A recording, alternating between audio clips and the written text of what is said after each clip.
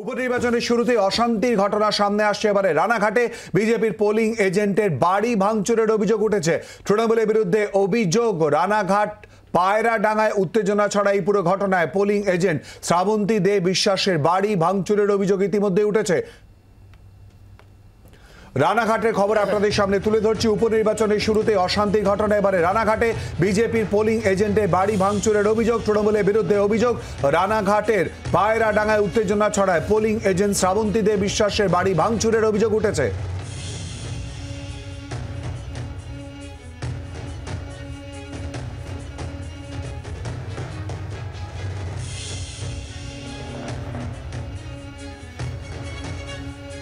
ঠিক কি পরিস্থিতি তৈরি হয় জানবো, এই নিয়ে কথা বলে সরাসরি আমাদের প্রতিনিধি বিক্রম দাসের সঙ্গে। বিক্রম, ঠিক কি পরিস্থিতি তৈরি হয়?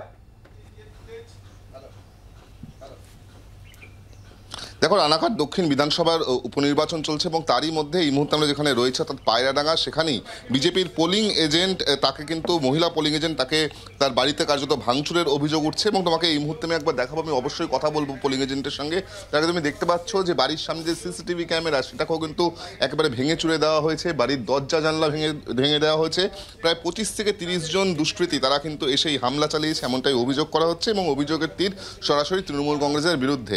আমি সরাসরি বিজেপি ওই মহিলা এজেন্টের কাছে যাবো এবং জিজ্ঞেস করবো ঠিক কী ঘটনা ঘটেছিল। রাত্রি তখন প্রায় 1:40 পৌনে 2 হট করে দেখি ভাঙচুরের আওয়াজ হচ্ছে। আমি ঘুমিয়ে পড়েছিলাম, আমার স্বামী একটু জেগেছিলেন। তখন আমি বলছি কিসের আওয়াজ হলো গো হট করে? বলছে সিসিটিভি ক্যামেরা ভাঙচুর হচ্ছে, লোক এসছে, প্রচুর লোক ঢুকেছে। আমরা সিসিটিভি ক্যামেরাতে দেখছি। তারপরে এরকম ভাঙচুর দেখে আমি ঘরের থেকে বেরিয়ে এসেছি। বেরিয়ে এসে আর দরজায় এত জোরে জোরে বাড়ি মারছে, আমি ভয়ে না, দরজার এই ছিটকিনিটা নেমে গেছে, আমি ভয়ে আবার ছিটকিনিটা দিয়েছি। দিয়ে আমি দরজাটা ধরে দাঁড়িয়েছি। আর ওরা চরম গালিগালাজ করছে আর বলছে দরজা খোল, আর সমানে দরজায় বাড়ি মারছে, ওই দরজায় বাড়ি মারছে, এই দরজায় বাড়ি মারছে। তখন কারা যারা এসেছিলেন, প্রায় 40 জন মতো দুষ্কৃতী এসে মুখে রুমাল ঠুমাল বেঁধে এসেছিলেন, খুব চেয়ারা টিয়ারা আলা, ওরা সবাই এসেছিলেন, এসে এরকমই করছে। তখন আমি আবার সাহস করে বেরিয়ে এসেছি ঘর থেকে। আমি বেরিয়ে এসে আমি বলছি কি হয়েছে, কি ব্যাপার, এত রাতে কি ব্যাপার? তখন বলছে কি যে কালকে ভোট দিতে যাবি না, কালকে ভোট দিতে যাবি না। আমি বলছি কি কাল সকাল হোক তো তারপর দেখা যাবে, সকাল হোক তো তারপর দেখা যাবে।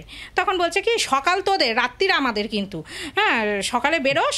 আর ওকে, আমার স্বামী কর্মসূত্রে বাইরে থাকে, এবার ও ভোটের জন্যই এসছে। তা বলছে কি সুবল আছে? আমি বলছি না, নেই। ও বলছে কি সুবলকে বলবি ভোট দিতে যেন না যায়। হ্যাঁ, তখন এবার ভয়ে মা বেরিয়ে এসেছে, আমার শাশুড়ি মা ঘরে এরকম আওয়াজ শুনে বেরিয়ে এসেছে। মাকে দেখে ডাকছে আর এরকম টর্চ মারছে মুখে, আর বলছে কি ভোট দিতে যাবেন না, কিন্তু কালকে ভোট দিতে যাবেন না। আর সমানে আমার সাথে তর্ক বিতর্ক হচ্ছে। আমি বলছি সকাল হোক তারপরে দেখবো ভোট দিতে যাবো কি যাবো। সকাল থেকে ঠিক কি ছবি রয়েছে যেই বুথেই আপনি পোলিং এজেন্ট, সেখানে পর্যাপ্ত নিরাপত্তা ব্যবস্থা কি রয়েছে? হ্যাঁ, পর্যাপ্ত। প্রথমে আমি যখন গেছিলাম 6টা সাড়ে 6টা নাগাদ, তখন আমি সব ডকুমেন্টস জমা করেছি, তখন পুলিশ কম ছিলেন। এখন আমি তো যেতে পারিনি। এখন শুনছি কি আরও বাহিনী দিয়েছে, পুলিশ প্রচুর এসেছেন, বিএসএফ ঢুকেছেন। ঢুকতে পেরেছেন? হ্যাঁ, আমি সকালে বুথে ঢুকেছি। ঢুকে ডকুমেন্ট দিয়ে আমি সইসাবুত করে দিয়ে এসেছি। আপনার বাড়ি নাকি আপনার বাড়ি ছিল? না, আমাদের এখানে মেম্বার আছে, উনিও বিজেপির মেম্বার। ওকে চরম মেরেছে, ও হসপিটালে ছিল, ওকে চরম মেরেছে।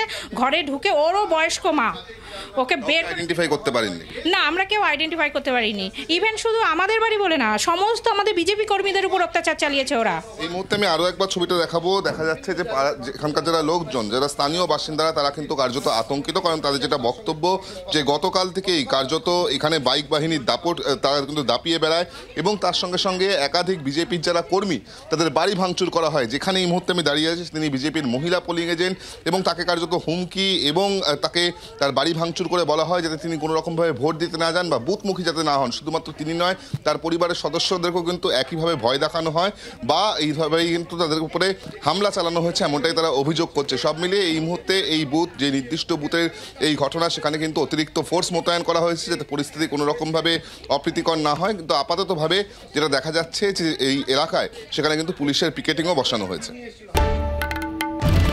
বাংলার আওয়াজ, বাঙালির আবেগ, জি 24 ঘন্টা।